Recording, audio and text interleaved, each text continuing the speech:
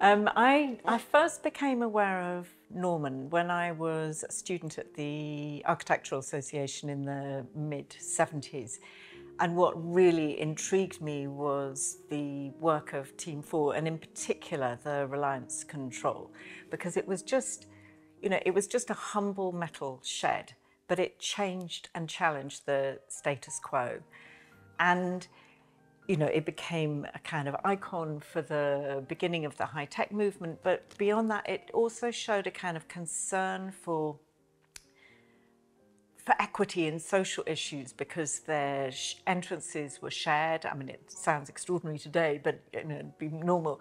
And the canteen was shared between the workers and the management, and that was a really big deal. But the building that really blew me away was Willis Faber. And when it opened in, I think it was 1975, I had never seen anything like it. It was conceptually and technically groundbreaking.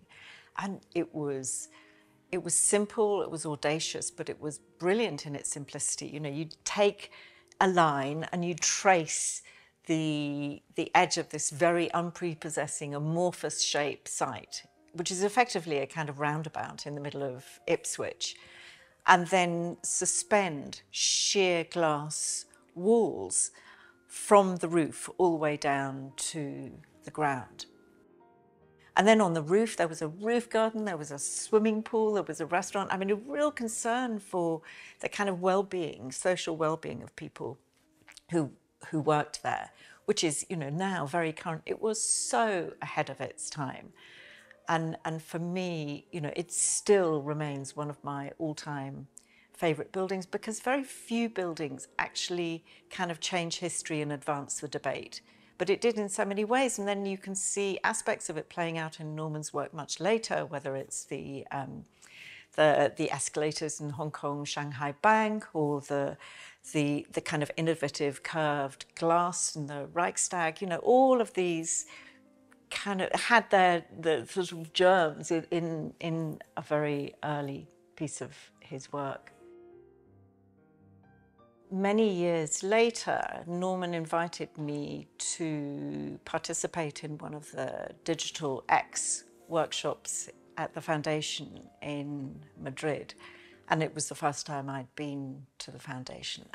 Wow, I mean, there is no better living archive than that place. It is so beautifully designed, beautifully curated, really well edited. And it's not just Norman's work. There are pieces by people that he admires, and it makes it a much richer kind of conversations across disciplines, and talks a lot about really what drives him and what interests him as a person, but as an architect. And while I was there, Elena showed me around the foundation, which was fantastic, and then she took me downstairs into the drawing archive, and they had, I mean, it was like, museum conservation standards, absolutely exquisite, everything. The experience of participating in the workshop was fantastic, because I got to share a panel with some really interesting people, really, from different fields, very interesting conversations. And then the next day was with the students and having a conversation around the table based on, what I was showing work from my practice. But Norman was around the table too. And it was just a small group, maybe 15, something like that. So it felt very egalitarian. And it's such a rich way of learning.